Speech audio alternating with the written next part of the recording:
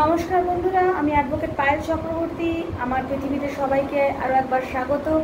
যারা আমার legal blog দেখেন তাদের অসংখ্য ধন্যবাদ, যারা আমার নিউ সাবস্ক্রাইবার তাদেরকে অসংখ্য ধন্যবাদ। আশা করি আপনারা যে যেখান থেকেই দেখছেন আমার ভিডিওটা আপনাদের ভালো লাগছে, আপনারা ভালো আছেন, আমিও ভালো আছি। আজকের যে টপিক সেটা অত্যন্ত জ্বলন্ত একটা টপিক, সেল ডিড, যেটা খুবই প্রয়োজনীয় একটা জানার বিষয়।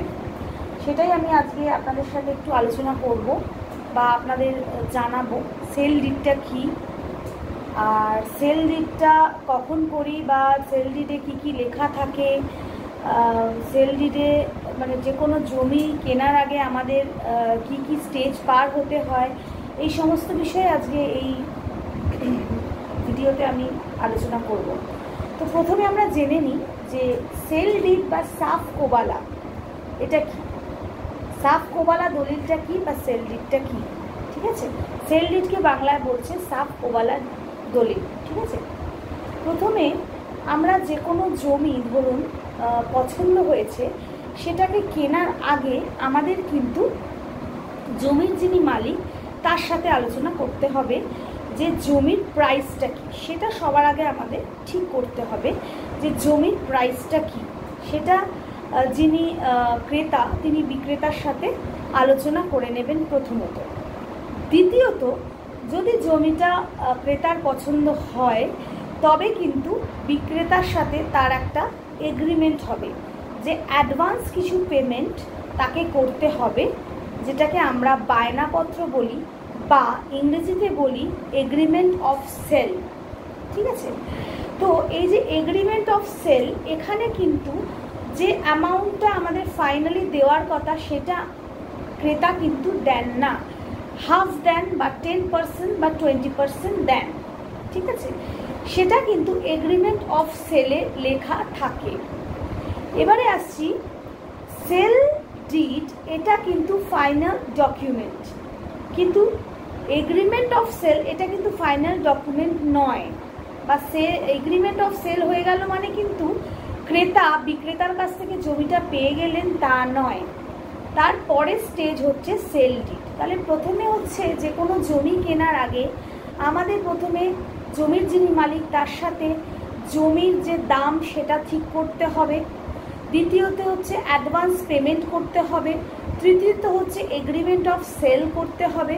চতুর্থত আসছে সেল ডিড, যেটা হচ্ছে ফাইনাল ডকুমেন্টস, যেটা আমরা কত টাকা বাকি আছে সেইটা সমস্ত পেমেন্ট করার পরেই কিন্তু সেল ডিড হয়।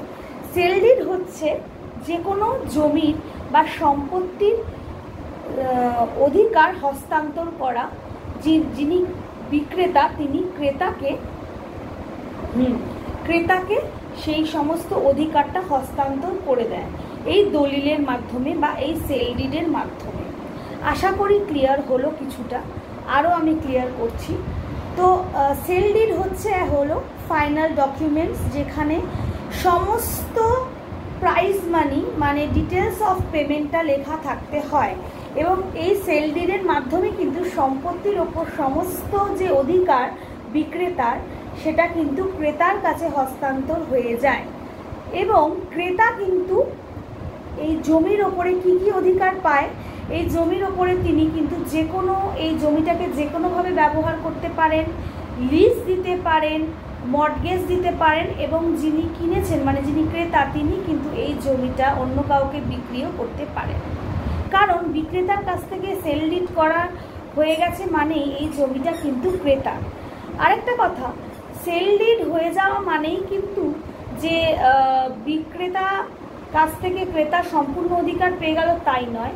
রেজিস্ট্রি অফিসে কিন্তু এই সেল ডিডটা অবশ্যই রেজিস্ট্রেশন করতে হবে, তবেই কিন্তু এর এক্সিকিউশন হবে। ঠিক আছে, নালে কিন্তু হবে না, নালে কিন্তু সেল ডিডের কোনো ভ্যালু থাকবে না। এবারে আসছি এই যে দলিল, এই যে সেল ডিড বা এই সাফ কোবালা দলিল যেটা, সেটার মধ্যে কি কি উল্লেখ থাকে। প্রথমত থাকে ডিটেলস অফ পার্টিস, মানে যিনি ক্রেতা যিনি বিক্রেতা তাদের সমস্ত ডিটেলসটা কিন্তু এই দলিলে বা সেল ডিডে লেখা থাকতে হবে। আচ্ছা, এবারে আসছে দ্বিতীয়ত হচ্ছে শিডিউল অফ প্রপার্টি, মানে যিনি ক্রেতা তিনি বিক্রেতার কাছে যে জমিটা বা যে প্লটটা কিনেছেন সেই প্লটের যে শিডিউল সেটা কিন্তু সম্পূর্ণভাবে ওই সেল ডিডে লেখা থাকতে হবে। ঠিক আছে, যে কোন পোর্শনটা কিনেছেন, জমির সমস্ত কিছু ডিটেলস যেটাকে বলে শিডিউল অফ দ্য প্রপার্টি সমস্ত লেখা থাকে। দ্বিতীয়ত হচ্ছে এটি খুবই গুরুত্বপূর্ণ, বিক্রেতা যিনি হচ্ছেন মানে যিনি কিনছেন কোন সূত্রে, যিনি বিক্রি করছেন তিনি কোন সূত্রে এই জমিটা বিক্রি করছেন বা কোন সূত্র থেকে তিনি এই জমিটা পেয়েছেন এবং কোন অধিকারে তিনি এই জমিটা বিক্রি করছেন সেটাও কিন্তু সেল ডিডে লেখা থাকে। এটা কিন্তু একটা খুবই গুরুত্বপূর্ণ বিষয়। আর তার পরের পয়েন্ট হচ্ছে প্রাইস, মানে পেমেন্ট ডিটেলস, মানে এগ্রিমেন্ট অফ সেলে কত টাকা দেওয়া হয়েছে, মোট কত টাকা যিনি ক্রেতা বিক্রেতাকে দিয়েছেন, এই সমস্ত যে পেমেন্ট ডিটেলসটা সেটা কিন্তু ওই সেল ডিডে লেখা থাকবে।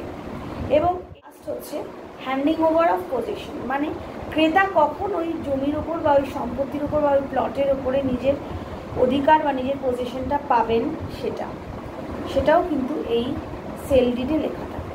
তাহলে আমরা বুঝতেই পারছি যে সেল ডিডটা হচ্ছে একটা ক্ষমতা হস্তান্তর হয়ে যায়, যিনি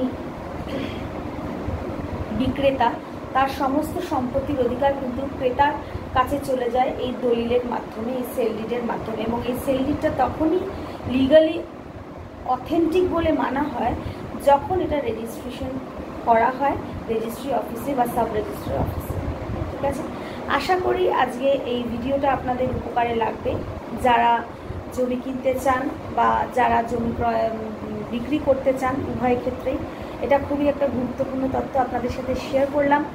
আর একটা কথা, আমার এই পায়েলের পৃথিবীর সোজা সাপটা আইনের ভাষা প্লেলিস্টে আপনারা পাবেন, ওখানে আমার সমস্ত লিগাল ব্লগস মানে ভিডিওসগুলো আছে, আপনারা দেখতে পারেন।